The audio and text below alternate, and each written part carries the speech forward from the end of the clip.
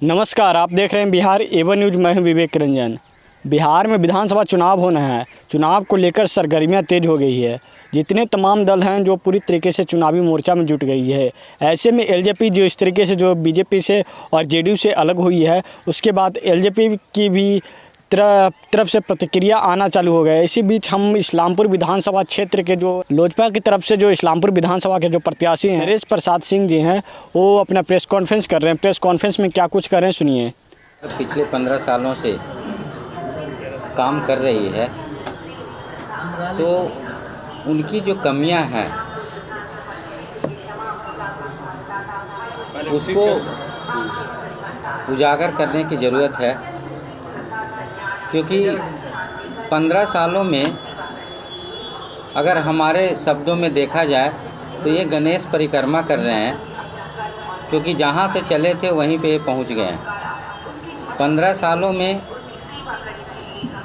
राष्ट्रीय और अंतर्राष्ट्रीय पैरामीटर पे कहीं पे भी बिहार को आगे ले जाने का काम नहीं किए हैं। जो SDG है, सस्टेनेबल डेवलपमेंट गोल, उस पर कहीं पे बिहार का पोजीशन 10 के नीचे नहीं है, सारे 20 और 25 के ऊपर है। ये बड़ा दुर्भाग्य की बात है। अगर हम लोग सरकार की योजनाओं को देखें तो इनका 1-2 योजना को दिखा करके बिहार की जनता को भ्रमित करने का काम कर रहे हैं। रोड, नल जल और ये 7 निश्चय योजना है, एक तरह से भ्रष्टाचार का पुलिंदा है, और भ्रष्टाचारियों लोग मिल करके इस योजना को जहां पहुंचाना चाहिए था वो धरातल पे नहीं पहुंचा पाए, और इन कमियों को छिपाने के लिए और भी घोटाले पे घोटाले करते जा रहे हैं।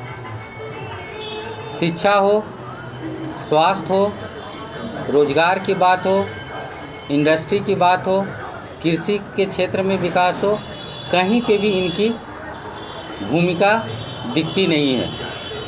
जो दिखती भी है तो कहीं ना कहीं लोग अपने खुद मेहनत से आगे बढ़ने का काम किए हैं, और इसी को आधार बना करके झूठे प्रचार प्रसार से लोगों के बीच में भ्रम फैला रहे हैं। आज के देखें तो यहाँ की जनता काफ़ी परेशान है। लगता है कि अराजकता का माहौल है। लोग एक दूसरे पे विश्वास नहीं कर रहे हैं। सरकार अपनी ओर से अलग कामों में व्यस्त है, और जनता समस्याओं के बीच में मुंह बाए खड़ी है। पलायन का बहुत बड़ा समस्या है, बेरोजगारी का समस्या है, शिक्षा और स्वास्थ्य को पारा पे छोड़ दिए हैं। जिस तरह से उनकी सरकार पारा पे चल रही है, उसी तरीके से विभागों को पारा बनाने का काम किए हैं। इसके अलावे यहाँ की जनता को, खास करके महिलाओं को, कहीं ना कहीं आर्थिक और सामाजिक स्तर पे जितना आगे बढ़ना चाहिए था उतना नहीं बढ़ पाए। उसका खास कारण है कि इनकी योजना से कहीं ना कहीं भटकाव हो गया है। जनता इससे जुड़ नहीं पा रही है, और जनता में सरकार के ऊपर अविश्वास की भावना पैदा हो गई है। लोग सरकार के नीयत और नियम पे विश्वास नहीं करने लगे हैं, और सरकार बदलने के मूड में है। सरकार जो सोच के साथ काम कर रही है वो कहीं न कहीं जनता उसको नकार रही है।